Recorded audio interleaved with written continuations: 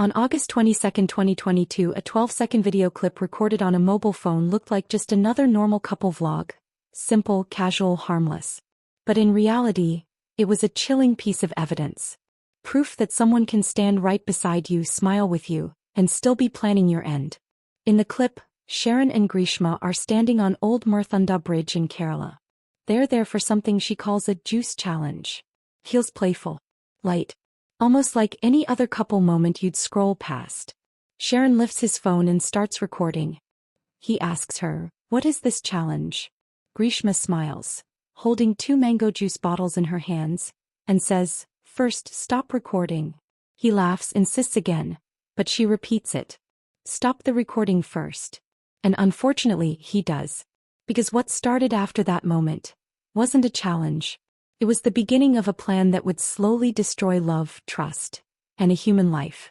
A plan so calculated that it would later be called one of the rarest of the rare cases. Sharon had no idea that the girl he loved was already trying to kill him. To understand how it all led here, we have to go back. October 2021. A simple bus ride in Kerala. 23-year-old Sharon Raj notices a girl sitting quietly on a seat. For a moment, everything feels still. Like the world paused just for that second. That girl was Greeshma. As if fate had written it, he gets the seat right next to her. They start talking. Small talk turns into long conversations. And that short journey slowly turns into something much bigger. Sharon was in his final year of radiology. Greeshma was pursuing her post-graduation in English literature. 2 different lives, now moving together. They started meeting often. Talking for hours. Sharing everything. And somewhere in between, Sharon fell deeply in love. For him, Greeshma wasn't just a girlfriend anymore. He became his world. Someone he wanted forever. And Greeshma, she didn't stop him. In fact, she played along. The relationship grew stronger. They got closer. Emotionally, physically, completely involved. But just 4 months later, everything started to crack. February 2022. Sharon didn't know, but Greeshma's family had already arranged her marriage with someone else. And what's worse, she was okay with it. The man was in the army. Stable job. Secure future. While Sharon was building dreams around her. For Greeshma, this was never permanent. This was temporary. Just something to hold on to, until something better came along. On March 4, 2022, she got engaged. Wedding planned for the next year. When Sharon found out, it broke him. He stepped away. Tried to end things. But Greeshma pulled him back in. She promised him she would marry him. She said she would run away with him in November. She made him believe that he was still the one. And Sharon believed her. Completely. But the truth? She was already planning a future with someone else. As months passed, Sharon's love only grew stronger.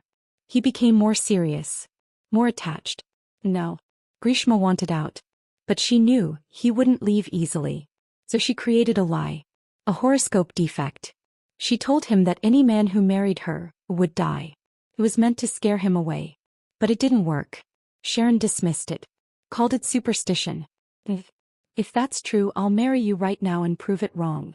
Before she could stop him, he took her to a church and married her. Now she understood something clearly. He wasn't going anywhere. So she changed her strategy again. Now she started acting like the perfect wife. Sindoor. Mangalsutra. Affection. Everything looked real. They even stayed together in hotels. Shared moments, built memories.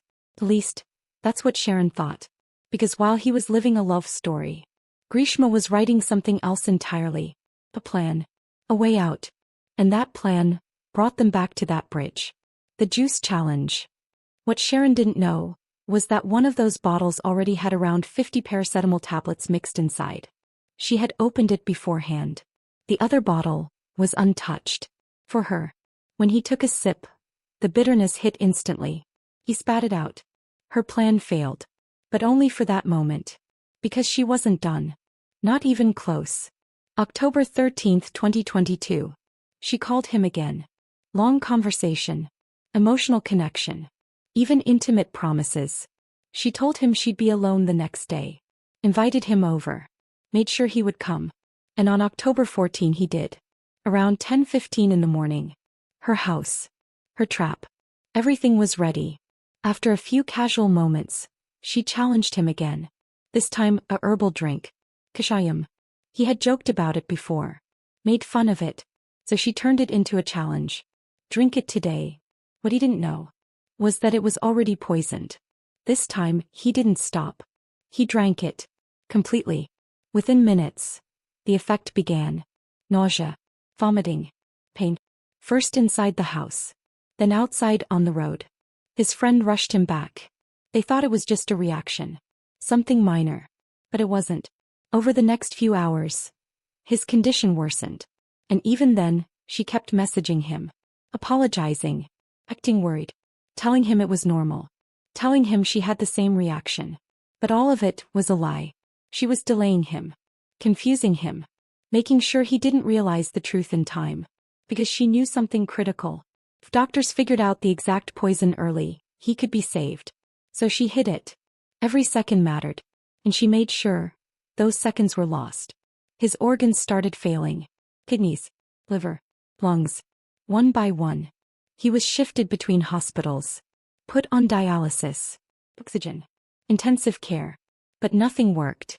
For 11 days he suffered. Unable to eat. Unable to drink. Barely holding on.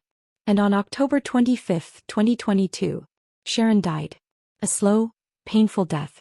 And the worst part? Till his last moments, he didn't blame her. Not once. After his death, the investigation began. No eyewitnesses. Just data. Messages. Calls. Searches. And those told the real story. Her deleted chats were recovered. Her search history revealed everything. She had researched poisoning methods again and again. The post-mortem confirmed a deadly, corrosive poison. A herbicide. Something not easily detected after a certain time. Something she knew about. Something she used, deliberately. When confronted with all the evidence, he broke. And confessed. The court later said, this wasn't just murder. This was calculated. Cruel. A betrayal of trust at the deepest level. On January 20, 2025, the verdict was announced. Death sentence. Because this wasn't a moment of rage. It was planning, execution, and manipulation, till the very end. Even after the crime, she tried to act innocent. Tried to mislead. Tried to escape. But the truth caught up. Justice was served. But the question remains. How do you protect yourself from someone who looks at you with love, but hides something so dark behind that smile? Because sometimes, the most dangerous people are the ones you trust the most.